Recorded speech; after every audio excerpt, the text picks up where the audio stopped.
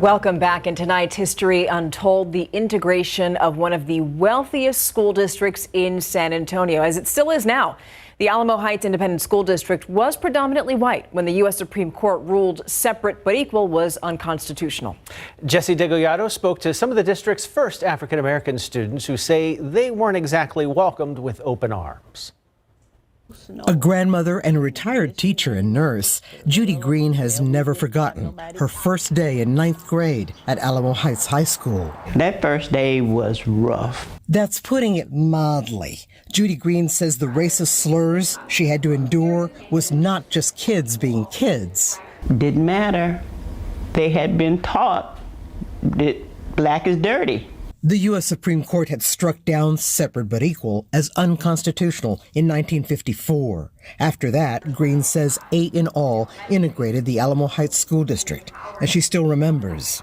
Being harassed, followed down the hall, called colored, you colored, we don't want you colored here. Yet decades later. It's just traumatic.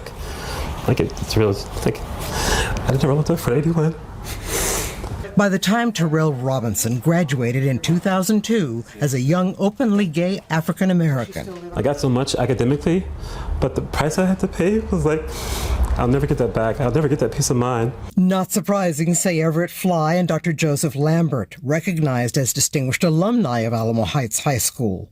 Fly, a respected landscape architect, awarded a National Humanities Medal by President Obama, knows firsthand what it was like.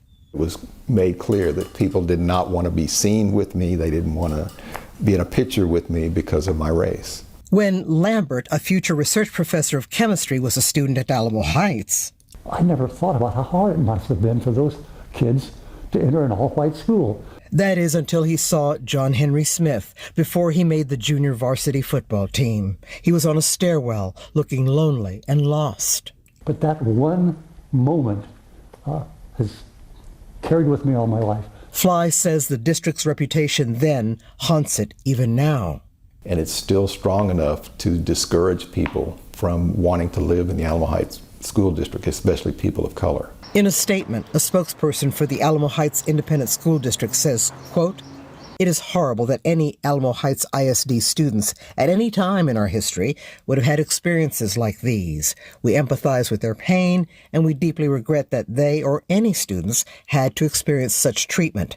Racist treatment and harassment of any person at any time, anywhere, is never condoned. While we can't speak for the students of the past, we can assure you that today our campuses work intentionally to prevent those types of behaviors. Racist treatment and harassment is prohibited and should be reported to school administrators and will be responded to accordingly." End quote. Jesse DeGollado, KSAT12 News. And the district's full response to this story can be read right now on our website at KSAT.com. So we know that you heard about this. Thousands of Burning Man Festival goers are stuck in the mud. Still, they're waiting to get out of Black Rock Desert after days of flooding plagued that festival. Look at that mess. That event became a massive mud pit after more than 2 months of rain came down over just a few hours this weekend. Now, the roads might open up soon, but while thousands wait to leave, a lot of people are planning to stay put for tonight's finale. A man in his 40s, by the way, collapsed and died on Friday, but authorities say that his death was not related to the extreme conditions at the festival. The defense team for disgraced South Carolina attorney Alex Murdaugh is expected to announce new details about a recently filed motion for a new trial. According to the Charleston ABC station WCIV, his defense team says the motion for a new trial is based on evidence discovered after Murdaugh's conviction. Murdaugh was convicted back in the spring for the murders of his wife and son, Maggie and Paul Murdaugh. Murdaugh still facing dozens of other financial fraud charges all over the state of South Carolina. A California driver in the hospital after spending 5 days trapped in a wrecked vehicle at the bottom of that cliff. Firefighters in Stallion Springs rescued that person on Saturday. The pickup truck was at the bottom of a 100-foot cliff. Since the driver was immobilized, the firefighters actually had to use a basket to raise that person to safety. Now, we still don't know the extent of that person's injuries or even how that accident happened. We want you to stick with us. Republicans are hot on the campaign trail preparing for the next debate. And President Biden made an appearance over the holiday weekend, too. The latest on the race to the White House is up next on the news at 6.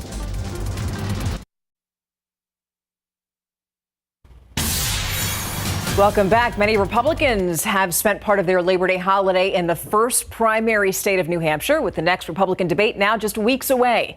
President Biden also on the road in Pennsylvania, tackling concerns about his age ahead of a potential second term. ABC's Justin Finch is tracking the campaign trail from Washington.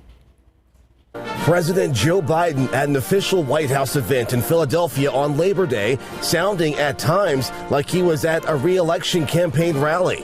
The 80-year-old addressing concerns about his age without even being asked. The only thing that comes with age is a little bit of wisdom.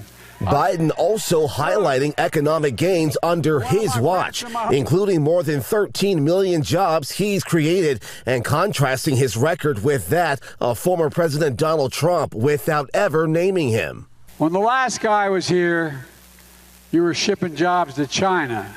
Despite his 4 criminal indictments, new Wall Street Journal polling finds 59% of Republican voters backing Trump in his third White House bid.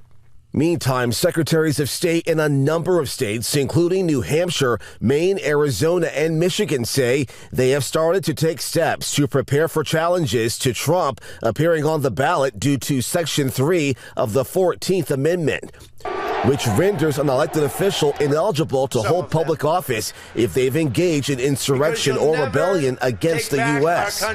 Other Republican candidates are meeting voters face-to-face in New Hampshire as Trump remains notably absent.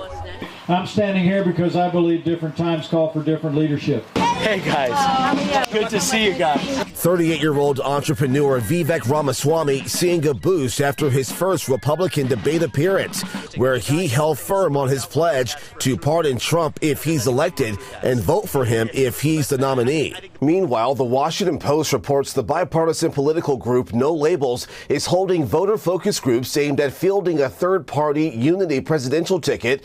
A No Labels senior advisor saying the end game isn't necessarily a ticket, but a voice for the common sense majority. Justin Finch, ABC News, Washington.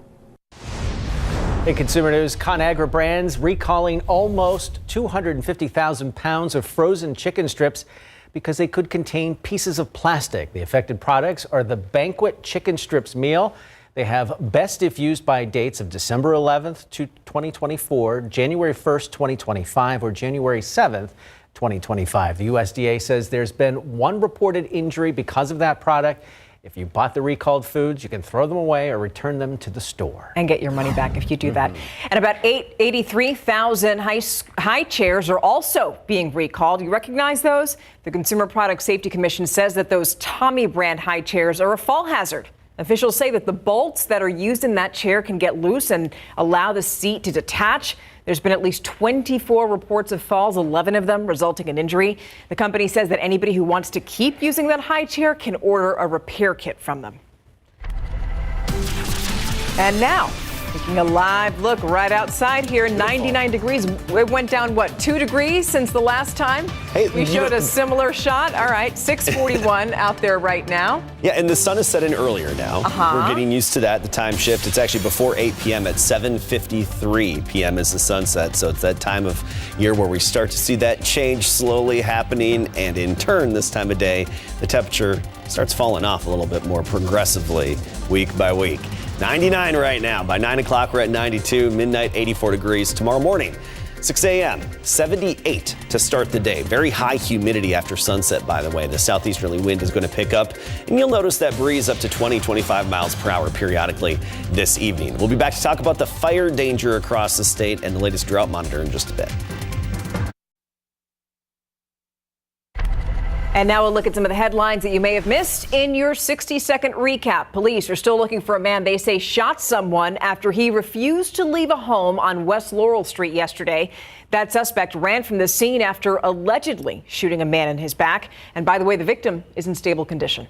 Every resident of this 2-story apartment complex looking for a new place to go after a fire there this morning. 2 units damaged, but officials say everyone living inside the building is now displaced. The fire has been determined to be probably accidental, and only one person had been taken in for treatment. Now, firefighters also responding to that abandoned house fire on Creighton Avenue this morning. The fire just gutted that home. Thankfully, nobody was injured. Officials say the fire started in the attic. They just don't know how. And check this out. 23 people injured after this car crashed into a Denny's outside of Houston this morning. That car going fast enough, it ended up way into the inside of that building. Police say none of the injuries are life-threatening, and they're still investigating what led up to that crash. All right, switching gears right now, we're going to send things back on over to our meteorologist, Adam Caskey. And Adam, I'm afraid to ask you, but it's something we have to know. How's the drought? Unfortunately, it just keeps getting worse around here. We could use some rain, and we had the tropical storm about a week ago, brought some parts of South Texas some good rain and dented droughts for some, but not everybody. The heat's going to continue. Take a look at our temperature trend, 101, really low 100s the rest of the week, all the way into the weekend.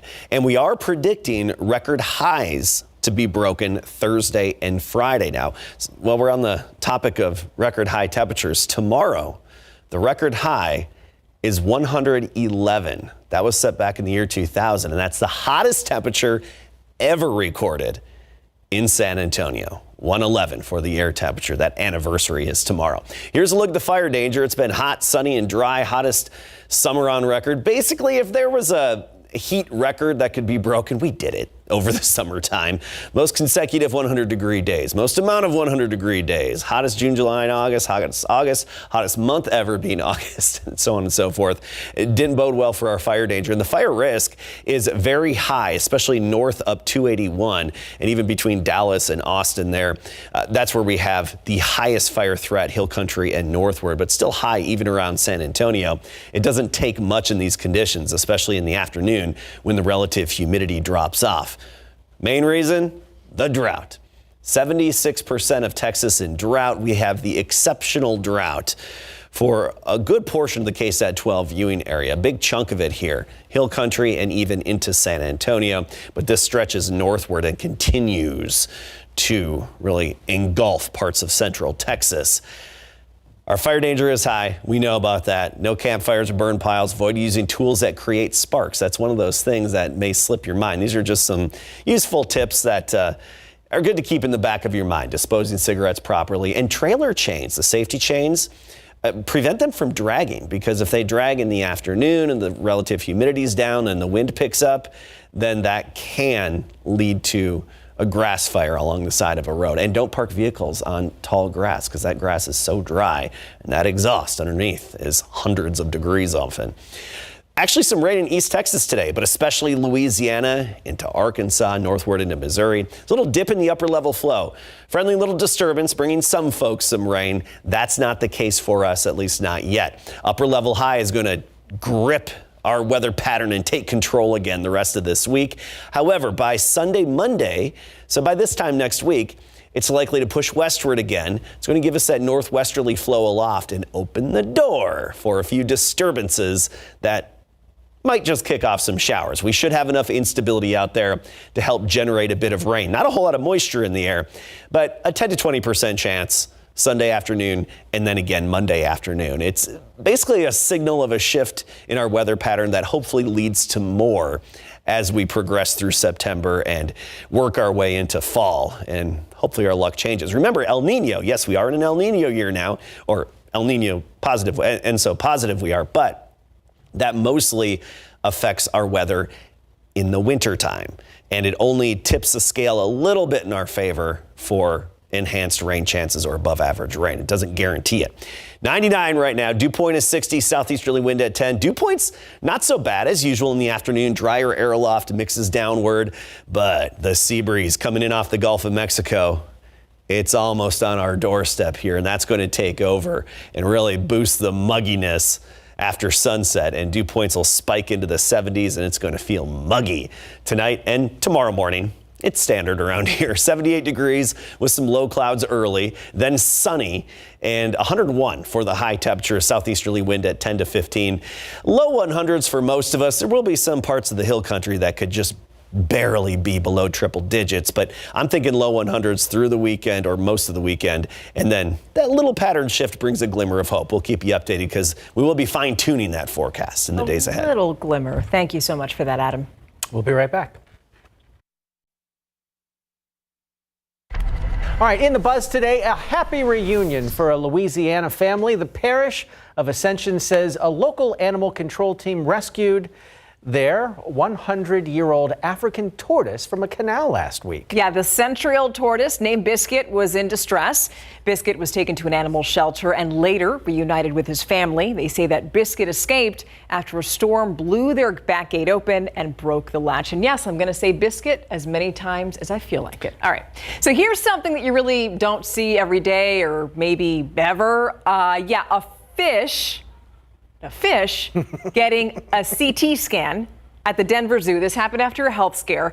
Zoo workers performed the test after the French angelfish was swimming abnormally. I wonder what that looked like. It was literally a fish out of water moment because during the process it couldn't be in the water. It was no simple task, not at all like doing a CT scan for a human. They had to sedate the fish and run water over its gills intermittently. The zoo says they wanted to give people a look at the process, so they posted the photos on Instagram. In the post, the zoo said the fish was on a treatment plan and is now back to happily swimming in its home. Just keep swimming. Okay. All right. And most schools across the country closed for Labor Day weekend, but one classroom at a Denver university was in session on Saturday for a special wedding ceremony between two alumni. Yeah, Trevor and Lexa Basley tied the knot in the same classroom where they met in college. Super sweet. 4 of their close friends took turns officiating the ceremony. Congratulations to them, and we'll be right back after the break. Yeah, you guessed it, more heat. We'll start the day tomorrow in the upper 70s, 78 degrees at 7 a.m. Then by the afternoon, Del Rio, Carrizo Springs, Cotulla 103, Laredo up to 105. Around San Antonio, about 101, 102. Lavernia 102, Castroville 101, New Braunfels 102. Get used to triple digits. Yeah, if you're not already. We're used to them by now. All right, thank you so much for joining us. I'm going to see you on the night beat.